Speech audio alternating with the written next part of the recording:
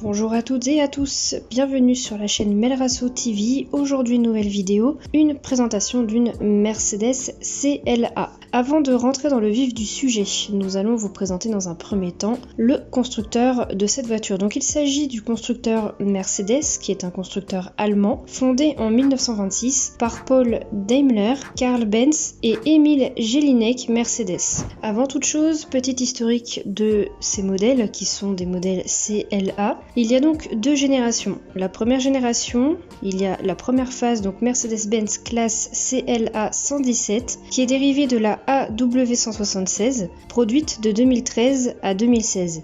Ensuite, la deuxième phase, Mercedes-Benz classe CLA 117, aussi dérivée de la AW 176, produite de 2016 à 2019. Aujourd'hui, nous allons vous parler donc de la deuxième génération. Il s'agit donc de la Mercedes-Benz classe CLA 118, dérivée de la AW 177.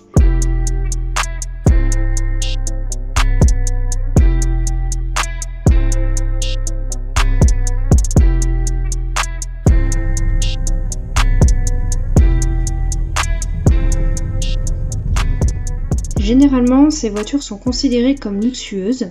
La CLA Break que nous avons testée est une voiture d'apparence assez basique en extérieur, mais représente bien la marque côté style intérieur. Elle a tout de même de la prestance malgré le côté break, à savoir que la version coupée existe, et cette version est magnifique. Cette voiture a vraiment un design très distingué et élégant. Sa couleur noire lui offre un sérieux et des lignes bien marquées, lui donnant un regard très agressif. Tout est fait pour qu'on s'y sente bien durant nos trajets et qu'on ait envie d'y rester autant en passager qu'en conducteur. Les places arrière feraient pâlir de jalousie les plus gros monospaces.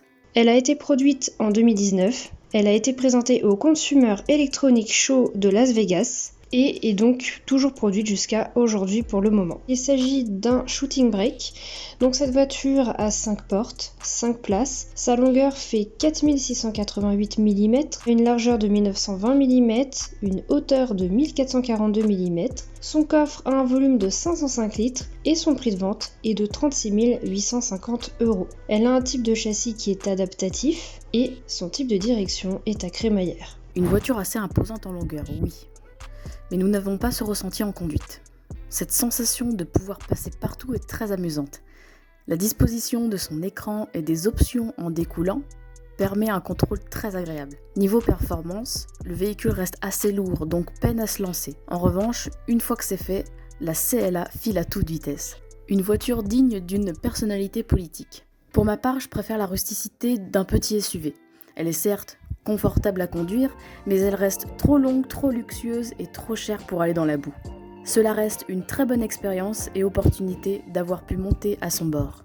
Concernant l'intérieur de cette automobile, ce qui attire le regard est tout de suite le tableau de bord. Effectivement, un tableau de bord hors du commun, donc très intrigant, avec son écran relativement bien large. Cela représente encore une fois bien la marque Mercedes-Benz. Un intérieur très ergonomique et confortable, et même assez spacieux. Des rangements, des supports pour boissons, un accoudoir central avec bien évidemment une bonne qualité de matériaux. Nous allons vous présenter maintenant les caractéristiques techniques de cette voiture.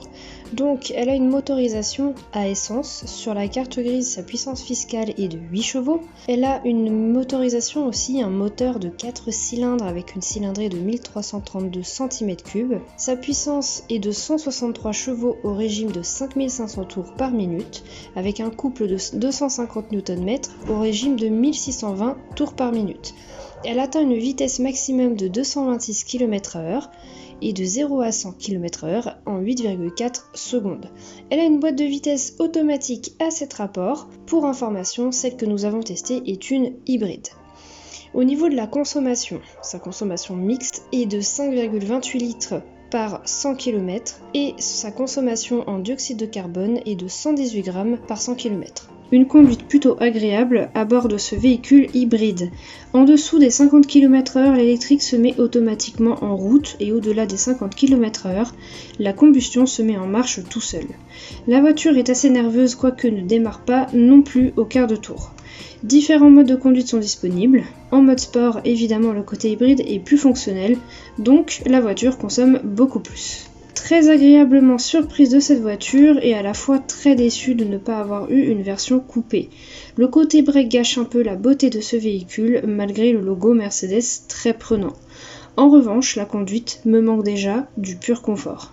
C'est la fin de cette vidéo, de cette présentation aujourd'hui, j'espère que celle-ci vous a plu. N'hésitez pas en tout cas à vous abonner, laisser des commentaires, partager, liker et appuyer sur la petite cloche si vous voulez recevoir des notifications lors de la prochaine vidéo. Je vous souhaite à tous donc une très bonne journée et on se retrouve à la prochaine pour un nouveau test. Salut salut!